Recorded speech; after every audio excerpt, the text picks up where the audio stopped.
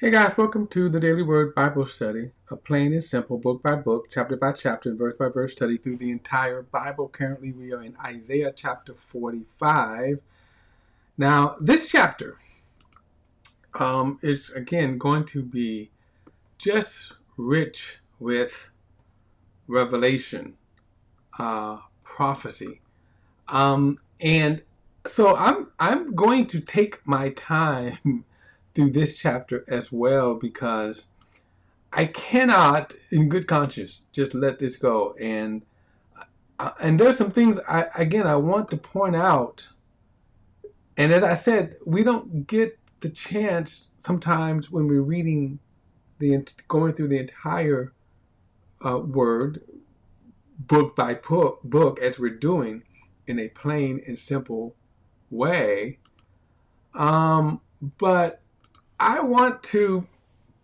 But I mean, but there's things that are brought out, such as prophecy. Um, Now, before we get to it now,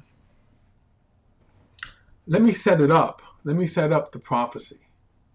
Uh, Let me set up the prophecy. And or we've talked about this before because this is going to be something we're going to cover, but it is so important because there's a lot of things here that's going to connect that I'm going to take the time kind of to deal with.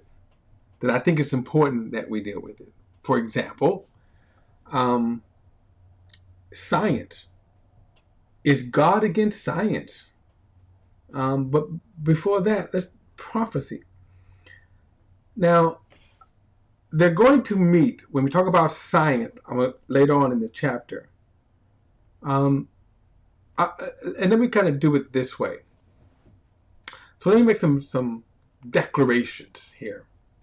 One, the Bible is not a scientific book.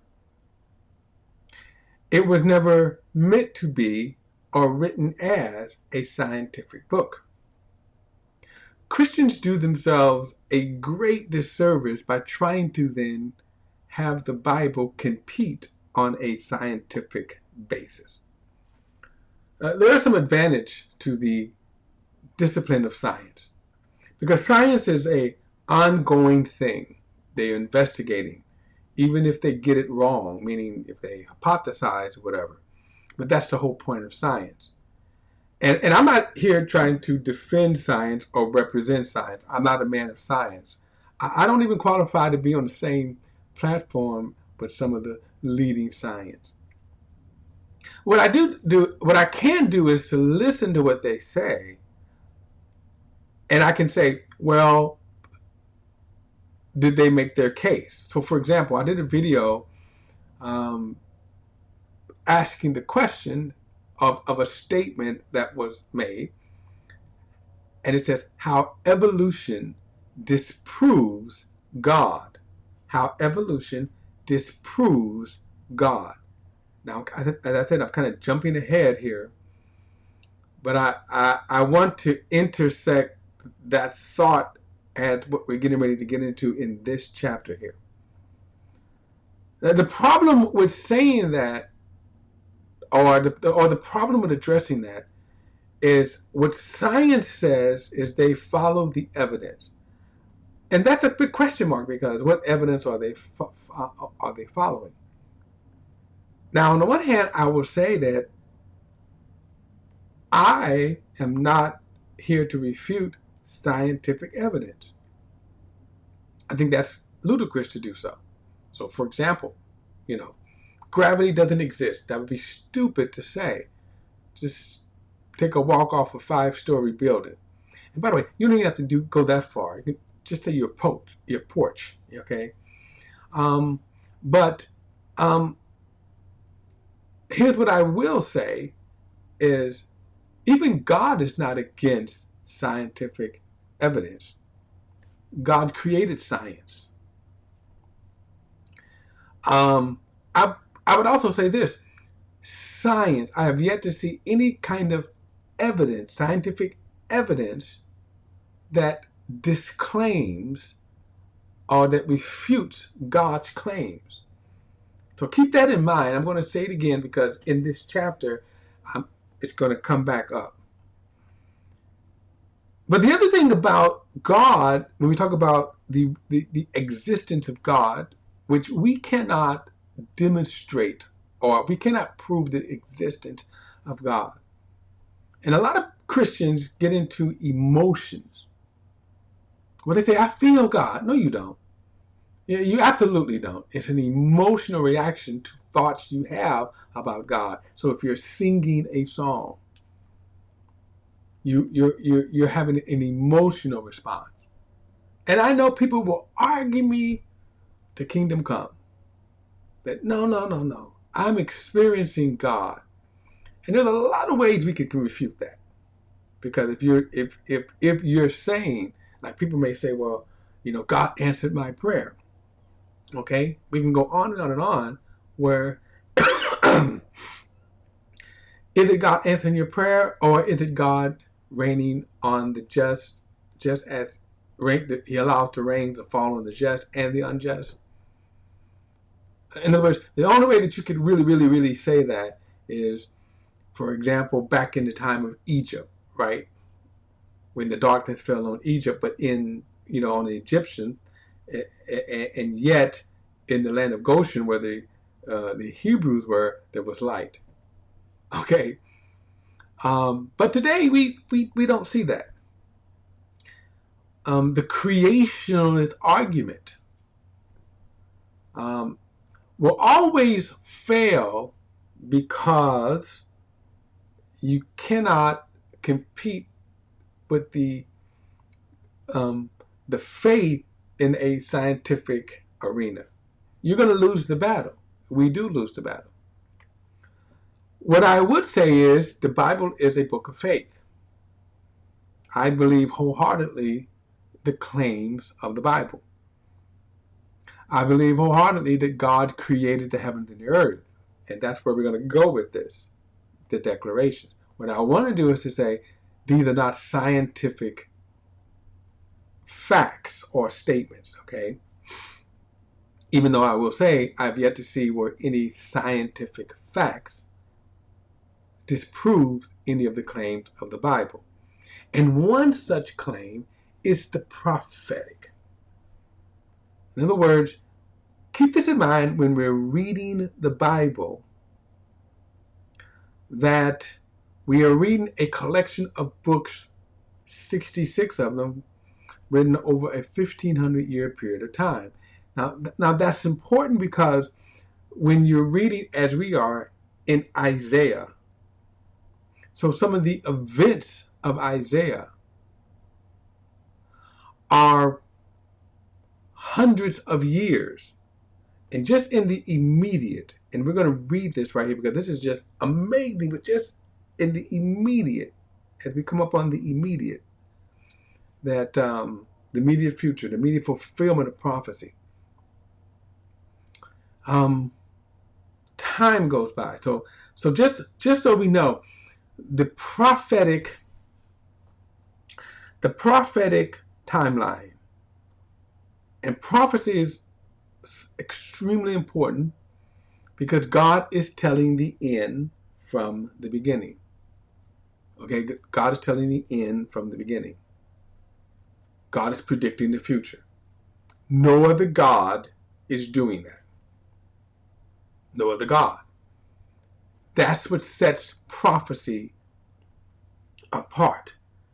That's what sets God apart from any other God and any other religion. Any other God or religion, okay? That prophecy right there, that fact. So let's bring it up, our scripture, our reading. Isaiah chapter 45.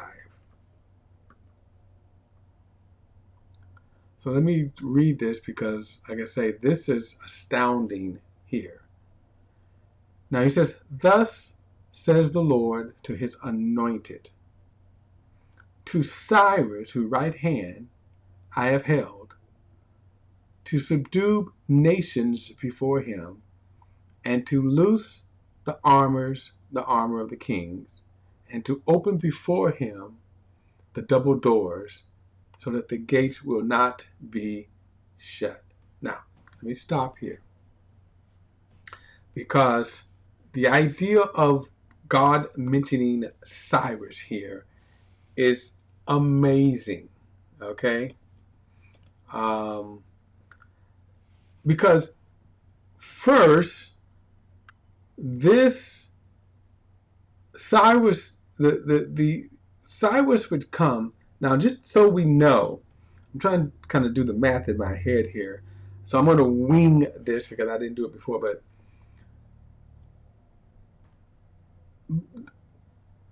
the prophecy of the prophecy of the Babylonian invasion. Okay, let me come out of this for a moment here. The prophecy of the Babylonian invasion. All right, this takes place from Isaiah's standpoint in about 120 years. Okay. Let me see if I can pull up my. I'm looking for my chart here. Oh, yes, that's what I want. Okay, I'm gonna come back this moment. Okay, all right. So I don't want to be fishing for it. But anyway, so the Babylonian. In fact, let me go back. Let me pull it up. And there's a reason why I am doing this. Okay, there's a reason why I'm doing this. Where you at? This is what I wanted to pull up. So remember our timeline of the Bible. So let's come down. This gives us kind of a dating of a timeline. So, and I like this. Oh, let's go to Isaiah, because I want you to see this timeline here. I'm going to show you just how important. When he mentions Cyrus, okay, when he mentions Cyrus the king. So let me bring up the timeline here. The Babylonian exile. Now remember, so right here is where we are time-wise in Isaiah's prophecy. 700 and 700 and 700. Remember we studied Hezekiah's prayer. So again, right here is about 701. Okay. Now I want you to see that, because if we scroll all the way down, we scroll all the way down to, where is the fall of Jerusalem at?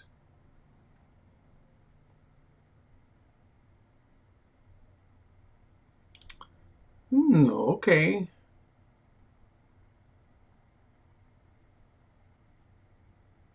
Here we go, 586. So this is approximately the fall of Jerusalem.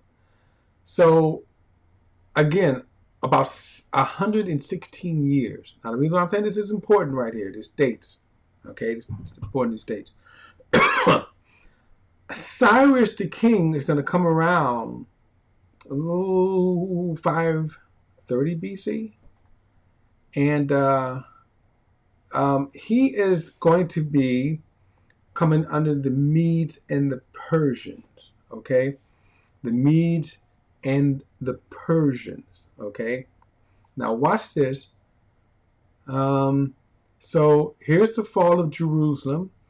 Jeremiah prophesies 70 years. So let's add 70 years onto that.